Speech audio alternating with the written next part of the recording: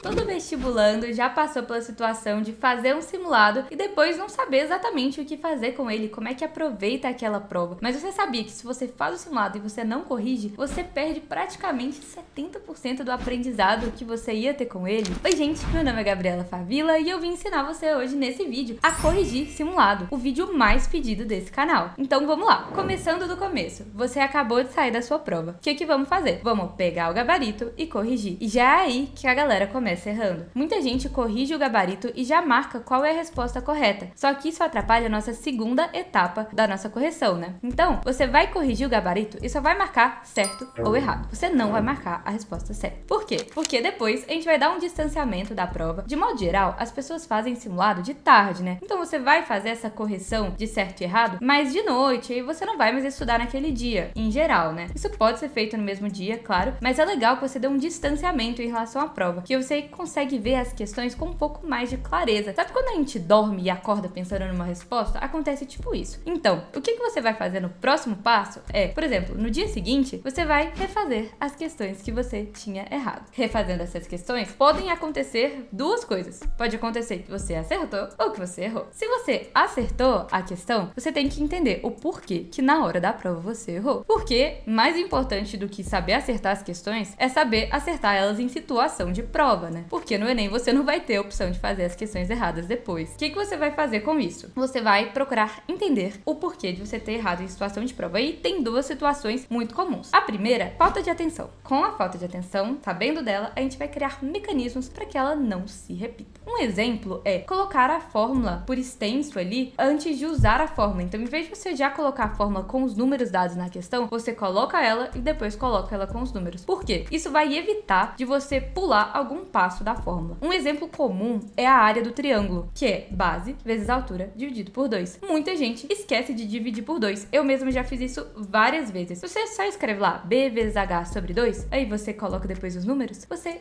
não esquece mais de dividir por 2, menos um erro por falta de atenção. E você vai gastar o quê? 2 segundos para escrever essa fórmula? E existem várias observações de atenção que você pode fazer durante a prova. Você pode colocar, por exemplo, sempre que aparecer um diâmetro, você já circula rápido e coloca raio igual a tal. Por quê? Senão você vai acabar calculando a área do círculo com o diâmetro. E aí tá errado. Então, sempre quando você fizer isso, você nunca mais vai errar questões que tem esse tipo de pegadinha. Outro exemplo de observação de atenção é escrever o passo a passo da questão que você tem que fazer, como se fosse uma equação montada primeiro. Um exemplo que eu usei isso foi naquela questão do Enem 2023, que você tinha que calcular a área dos degraus da escada.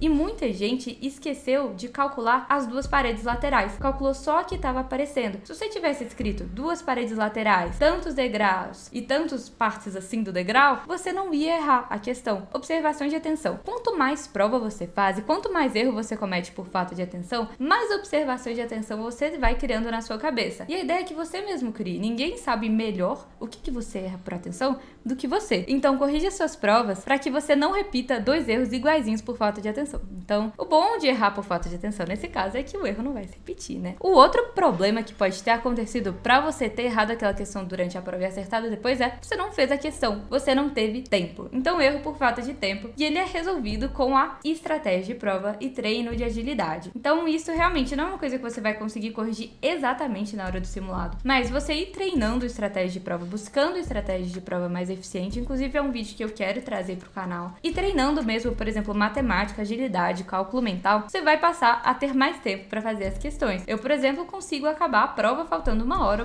e meia e revisar a prova inteirinha. Agora, tem a nossa segunda situação, que é a que deixa a galera mais triste, que é errei, e agora? Refiz a questão e errei mesmo assim. Aí, vamos destrinchar os tipos de erro, descobrir por que você errou. Você já percebeu, então, nesse vídeo, que a essência da correção do simulado é perceber o porquê que você errou para o erro não repetir. Então, a gente vai repetir isso agora nas questões erradas. O primeiro tipo de erro é por conteúdo, mas aí ele se destrincha em mais 3. Pode ser um conteúdo que você ainda não viu, então não tem problema, você vai ver ele em algum momento, aí você volta e refaz essa questão. Pode ser o erro de conteúdo que você deveria ter visto, mas não viu, ou seja, matéria atrasada, e aí você viu que tem que se programar para colocar essa matéria em dia, senão você não vai colocá-la em dia nunca e vai continuar errando. Gabi, matéria atrasada, como eu faço? Gente, não tem muito pra onde correr. Você vai ter que aumentar um pouco o seu tempo de estudo semanal, estudar num domingo para desatrasar essa matéria, tá bom? Não tem segredo, se tiver, me conta, por favor. E o terceiro tipo de erro, que é assim, tem que adicionar uma sirene na sua cabeça esse erro, um alerta vermelho, super mega plus, que é esquecimento. Isso significa que o seu método de revisão está ruim, porque você está esquecendo o que você já estudou. Você não pode admitir errar o que você já estudou, porque, ok, errar o que não estudou, você não tem bola de cristal, mas o que você já estudou é sua obrigação acertar e lembrar, principalmente em questões teóricas. Então isso significa que você tem que reforçar o seu Anki, fazer mais listas globais ou revisar mais aquela matéria em específico, voltar numa aula. Às vezes é uma coisa específica que você não entendeu ali, então tem que buscar entender. Não pode ficar passando informação em branco. Esse é um erro que a gente não pode admitir de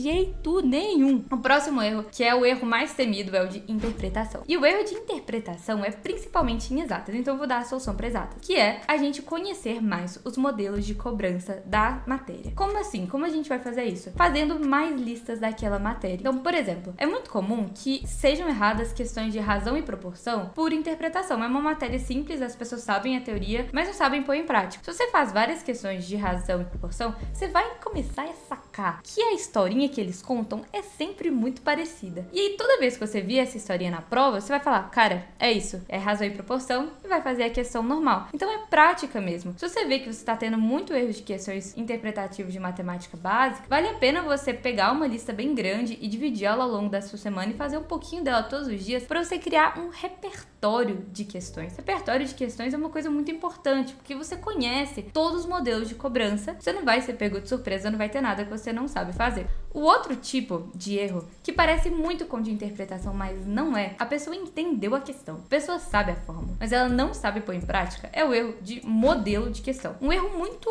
comum na questão de juros compostos do ano passado. Foi considerada a questão mais difícil do Enem 2023. E eu acertei. Por quê? Porque eu já tinha feito várias questões iguais àquela várias vezes. A primeira vez que você bate um olho numa questão um pouco mais difícil, realmente talvez você não saiba o raciocínio dela. Ninguém nunca te explicou, a não ser que você seja realmente muito master em matemática, você não vai tirar isso da cachola do nada. Então, esse tipo de questão é um modelo. E se você vê que toda vez que cai, por exemplo, juros compostos com um log, você erra, procure uma lista de juros compostos maior, divide ela na semana, pode ser uma lista de 100, 50 questões, faz lá 10 por dia, 15 por dia, até 20 por dia, se você tiver tempo, e você resolve esse erro. É muito ruim chegar na prova e ter aquela matéria que você fala, meu, se isso cair, eu vou errar. E é muito ruim porque a gente fica ansioso, né? Tipo, tomara que não caia isso, e a gente não tem controle e a gente já vai estar ansioso no dia da prova. Então, realmente, vamos evitar esse tipo de erro. Então é isso. Depois de você fazer isso com seus erros, você já vai ter visto eles e corrigido eles. Claro, depois você vai ter que pegar, estudar, fazer as listas, né? Acaba que a correção de simulado, ela não é um dia, ela é uma semana para você consertar todos os seus erros. Mas o importante é que eles não se repitam no simulado que vem. Então, se você vai ver que não vai dar tempo de corrigir um simulado antes do outro, priorize a correção, porque não adianta nada fazer vários simulados e não corrigir, porque você vai acabar cometendo os mesmos erros em todos. E o importante é chegar na hora do Enem oficial e não errar mais as coisas que você estava errando. Esse momento de correção dos erros é um dos mais importantes do estudo. Então, gente, o último recado que eu tenho pra vocês é, se você tem uma vontade a mais de ter um acompanhamento no seu estudo, eu estou abrindo vagas pra minha mentoria. Vai abrir dia 15 de abril, só que não tem vagas eternas. Então, aqui